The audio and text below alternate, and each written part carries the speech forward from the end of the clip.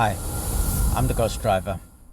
I've heard some pretty wild stories over the years. Some are strange, some are downright spooky, and all of them stick with you. Tonight, I want to tell you about one that really gave me the chills. It's about a guy named David, a haunted house, and a ghost fox.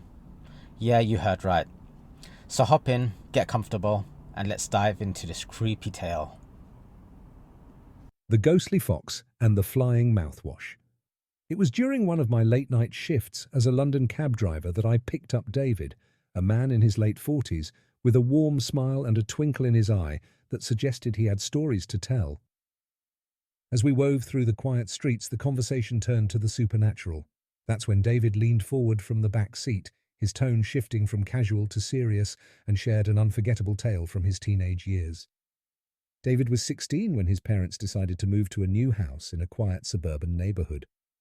The house was over 100 years old, with creaky floors, high ceilings, and an eerie stillness that seemed to linger in the air. At first, David didn't mind. It had a kind of rustic charm, but that charm quickly wore thin. One evening, while getting ready for bed, David went into the bathroom. As he reached for his toothbrush, he noticed something peculiar. Sitting on the bathroom shelf was a bottle of mouthwash, perfectly still. Suddenly, with no warning and no discernible cause, the bottle launched itself across the room, hitting the opposite wall with a loud thud. Startled, David froze, his heart pounding as he stared at the fallen bottle lying on the floor. There was no draft, no one else in the room, nothing that could have caused it, David told me, his voice still tinged with disbelief. It just flew on its own. He hesitated to tell his parents at first, unsure if they'd believe him, but the incident stayed with him. An inexplicable moment etched into his memory. Little did he know, his father was also having unsettling experiences of his own.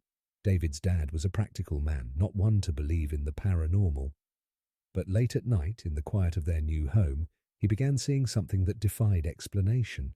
A ghostly fox would stroll through his bedroom, not solid, not entirely there, but unmistakably a fox. It moved with an eerie calm, as if unaware of his presence, and disappeared as quickly as it appeared. The sightings happened several times, each one leaving David's father more perplexed. When the family began piecing their experiences together, they did some digging into the house's history. They discovered that over a century ago, when the house was first built, a fox had been trapped and killed on the property.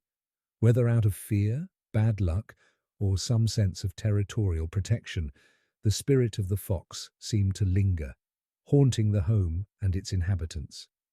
For David, the decision to move was a relief. "I can't tell you how happy I was when my parents decided we were leaving," he said with a chuckle, though his eyes betrayed the lingering unease. "I'll never forget that house, or the fox." As we pulled up to his destination, David thanked me for letting him share his story. I thanked him in return, knowing it was a tale I wouldn't soon forget. Ghosts come in many forms, I thought to myself as he disappeared into the London night, but none quite as strange or as enduring as a ghostly fox and a flying bottle of mouthwash. And that's David's story about the ghost fox and the flying bottle. What do you reckon? Haunted or just a load of coincidences? Let me know what you think in the comments. If you like this one, like, subscribe, and stick around for more weird and wonderful stories. See you next time.